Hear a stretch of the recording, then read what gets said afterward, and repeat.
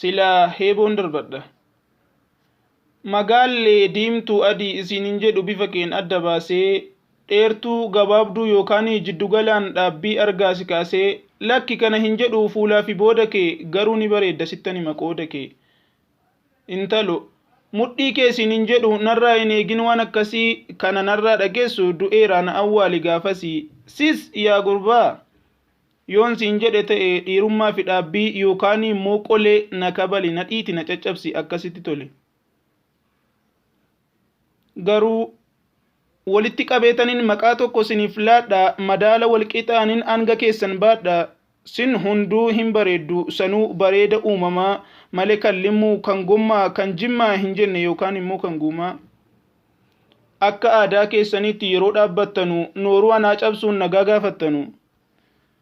Yoo kabajaa fi jecha bakka waliif laattan yoo laphee qulqulluudhaan jaalala waliif baattan yoo abbaa macaa abbaa garuu jettanii wal moggaaftanu maqaa buna waliif buuftanii wal qabxiitanu marqaa yoo gadda isa tokkoo fi inni kaan immoo bo'u funyoo walii keessanii yeroo jaalalli fa'u yoo qilleensi ollummaa isin jidduu bubbisu waliif abbaa taanaani dabaree wal fuusisu waliigalteen isin biratti lalisee daraaree qe'ee kabajaa fi safuu sanyii waliin abaarree.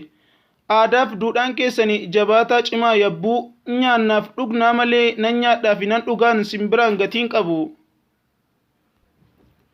Garuu jimmaan biyya dhukaa keessa otoo jirtanuu cunqoo ulfina ishee isin warri hirtanu kanneen aadaa kan keessan kan ormaan jijjiirtanii kabajaa fi safuu gaarii lafatti rirriittanii dubbachuuf dubbii dalgaane kan mirga faansitan imaltummaa sanyii qorraan kan salphina gaansitan.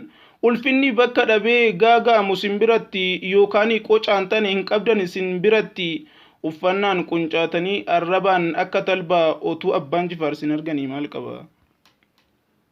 Eenyummaa keessi gaafatanii abalu jettee lama maqaa hin dhaatu akka biraa ta'uu barbaadda abadan garuu hin taatu. Situ gabaa of baase sumatu of gurguraa sumatu bakka danuutti ofiin of murmura.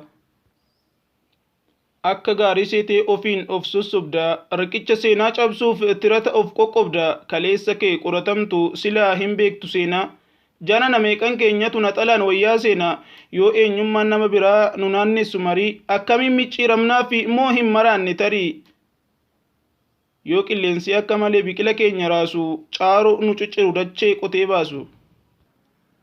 Sanyii hilkee hin qabne facaafnee yoo biqiluu dide of moo rabbiin gaafanna. Horiinoo hin jiru mooraa keessa mooraa afuu dhaabbanna. Taliillii manaa bahee bishaan ta'e erga galee silaa heeboon darbadha eenyu nan waraanaaf malee. Ammaartamam Yuunivarsiitii Finfinnee irraa.